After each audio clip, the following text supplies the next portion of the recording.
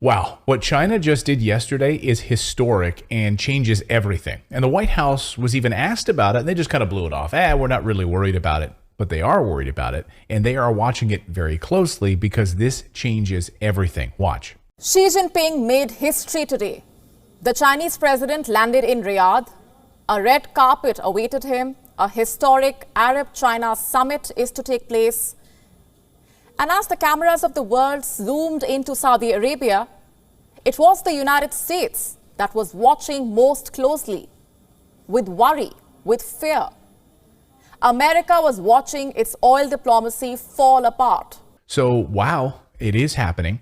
More on that major piece of news in a second. But first, another major blow to the US dollar yesterday. Overnight, we learned that the BRICS nations are now expanding. Yes, Egypt has officially joined the BRICS Development Bank.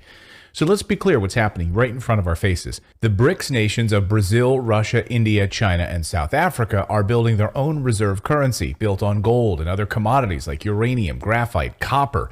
The United States dollar is built on debt and the nothing, just like the never-ending story. What is the nothing? It's the emptiness that's left. What is the nothing? Well, Atreyu, the nothing is a failure of Western hegemony, which is built on a house of cards. And now Egypt is applying for full membership in the BRICS alliance, but they're joining the bank piece of this first. And also Turkey, Saudi Arabia, they're both applying for BRICS membership as well, away from the US dollar as a reserve currency. So you can just imagine for a moment, a Russia, Saudi, China, India currency backed by gold? It's game on. Now, BRICS is working to develop its own financial infrastructure, including a joint payment network, with some member states having already switched to trade in local currencies in order to reduce dependence on the US dollar and the euro.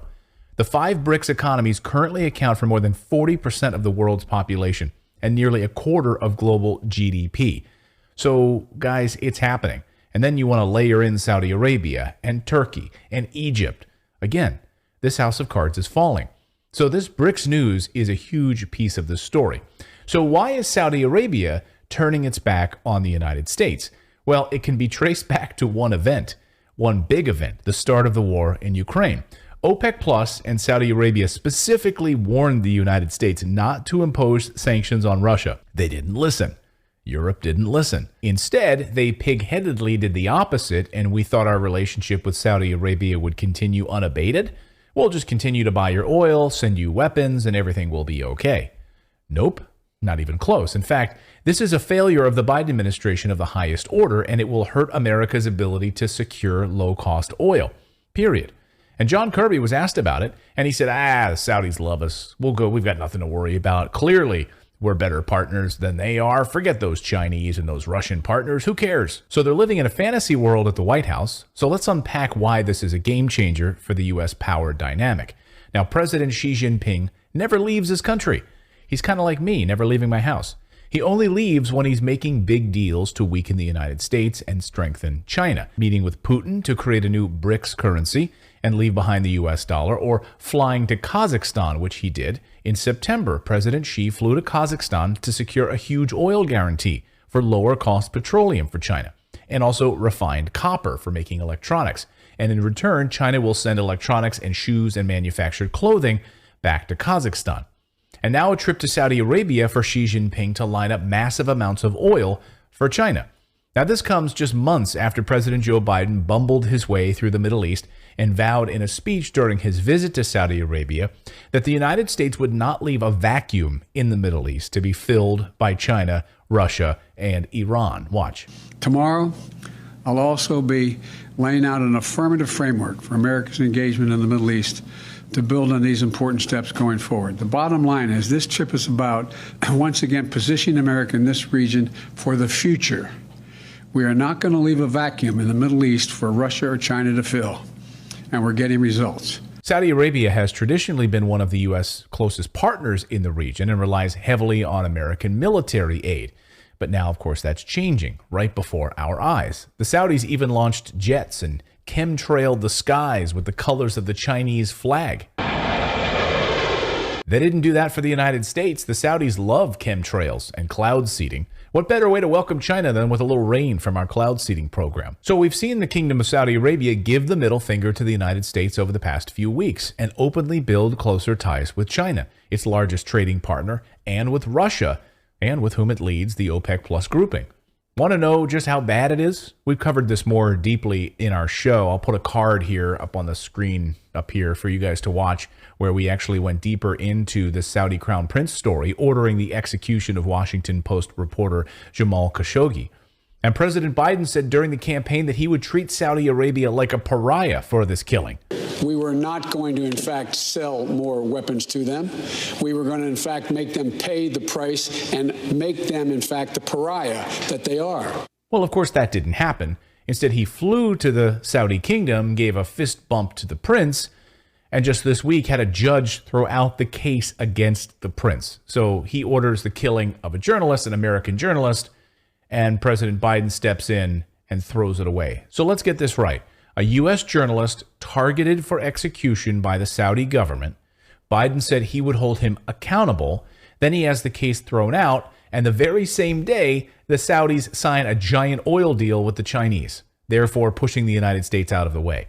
I mean, this is a failure of the highest order for the Biden administration and also for justice. So what did China secure in this partnership with Saudi Arabia? Well, they signed 34 deals over the past 24 hours, including investments in solar panels, green energy, information technology, cloud services, transport, construction, but most notably, oil. It's a $30 billion agreement. So let's get this right. This is all happening when Europe has dropped dependence on Russia's oil and natural gas from 40% down to 9%, while at the same time shutting down nuclear power plants. Are they insane? Well, the answer is yes, and OPEC Plus just announced on Sunday that the production cut of oil is just beginning. Remember the one that they promised us back in October, where they would cut 2 million barrels of oil per day? So China and Russia are securing deals with Saudi Arabia, and Europe and the United States are getting screwed in the process. And as we've been covering, Europe is now paying triple the price to have liquid natural gas processed and shipped from the United States into Europe. Of course, the same with oil. So instead of a freaking pipeline coming directly from Russia, they instead blew it up, natural gas pipeline, and they're going to be putting oil and natural gas on ships and sending it across the ocean, because that makes a lot of sense. And worse, of course, Europe is now restarting its dirty coal-powered plants because it's shut down nuclear plants. They're doing this in UK and Germany, and as our friend Ralph Schulhammer points out, this is pure madness. And the other point is, if you look at Germany at the moment, I mean, this is, if it wouldn't be so sad, it would be hilarious. Currently, while we are talking, Germany's electricity production is one of the dirtiest in the world. It's dirtier than India, it's dirtier than South Africa. They're like number 170 out of 177 nations when it comes to CO2 emissions per kilowatt hour produced.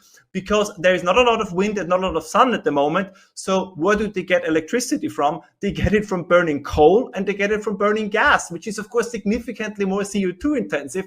And they still insist on saying, no, we're going to close down nuclear. It makes no difference. And Putin could deal the death blow to Europe if he stops sending uranium. The U.S. produces no uranium right now, zero. And Europe is starting to see how important nuclear power is, but if Putin shuts down their supply of uranium, then we're truly in the dark ages. But the precious minerals piece of this story is just as important because many of the minerals needed for nuclear energy come from China and Russia. In the United States, we have a shortage of these minerals to build nuclear reactors. So China will help provide these precious minerals to Saudi Arabia, and we are scrambling at home to try to get them out of the ground. So we will be watching this story very closely, because it's incredibly important. So that's the news update.